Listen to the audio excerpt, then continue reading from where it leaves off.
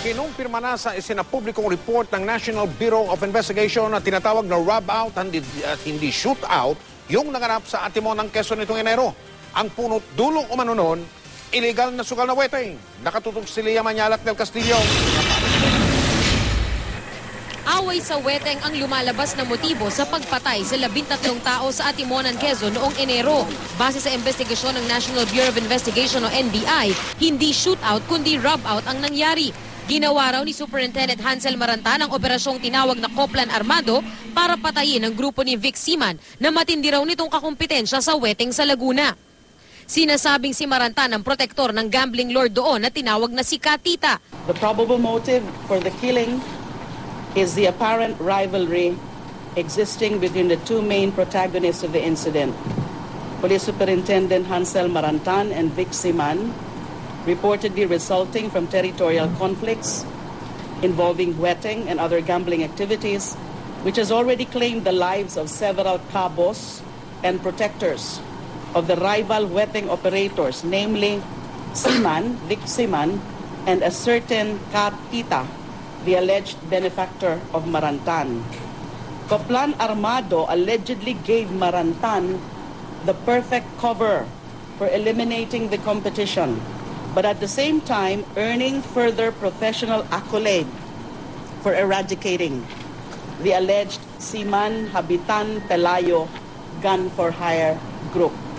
Sa pag-aanalisa ng mga balang pumasok at lumabas sa dalawang sasakyan ng mga biktima, lumalabas na walang nagpaputok mula sa mga nasa loob ng sasakyan. Walang shootout, but it was a case of summary execution or a rub-out. There is no indication that any of the victims fired a weapon from within the two SUVs. Dahil dito nahaharap sa reklamong multiple murder ang 21 pulis, kabilang na si Marantan at Police Chief Superintendent James Andres Melad, Regional Director ng Calabarzon. Dawit din sa kaso ang 14 na tauhan ng AFP Southern Luzon Command Special Forces Battalion na sumama sa operasyon. Bukod sa multiple murder, mahaharap din sa obstruction of justice ang PNP Soco na unang rumesponde sa insidente. Lumabas kasing nagalaw daw ang ebidensya. Pinangalanan din si Police Superintendent John Paulo Caracedo na nakialam daw sa mga ebidensya matapos ang rub-out. Ang nagturo kay Caracedo, isang sundalong kasama rin sa operasyon. Evidence was tampered with by certain PNP operatives. Nandun ho yan sa report kung sino sila o sino siya. After the incident.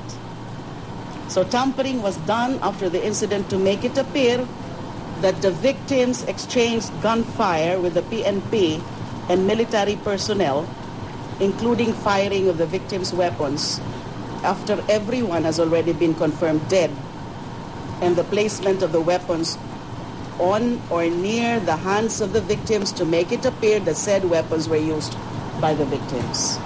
Dismayado rin ng NBI na ibang mga ebidensya ang itinurn over sa kanila nang mag-imbestiga na sila sa insidente. Karamihan po ng mga firearms surrendered for investigation, surrendered to NBI, were not the weapons used by the PNP and military operatives in the incident. Pero hindi para 100% conclusive ang motibong weteng ang pinagugatan ng insidente. Lalo't lumabas din sa investigasyon na ang grupo raw ni Nasiman ang nasa likod ng pagkamatay ng ilang kabo sa lugar. Wala ring pananagutan ng Presidential Anti-Organized Crime Commission o PAOC na pinamumunuan ni Executive Secretary Paquito Ochoa dahil hindi nito inaprubahan ng Coplan Armado. Tinanggap naman ng PNP ang rekomendasyon ng NBI. Ayon kay PNP Chief Director General Alan Purisima, all accounted for na raw ang 21 pulis na sangkot sa insidente at nasampahan na rin ng mga kasong administratibo. Iginagalang naman daw ng pamunuan ng Armed Forces of the Philippines ang resulta ng investigasyon at ang rekomendasyon sa mga sundalong nasangkot. Sinusubukan pa rin ng GMA News na kunin ang pandig ng mga sangkot sa kaso. Pero nauna nang itinanggi ni Marantan na sangkot siya sa weteng at iginiit na hindi rub-out ang nangyari. Lia Manyalak del Castillo, Nakatuto, 24 Oras.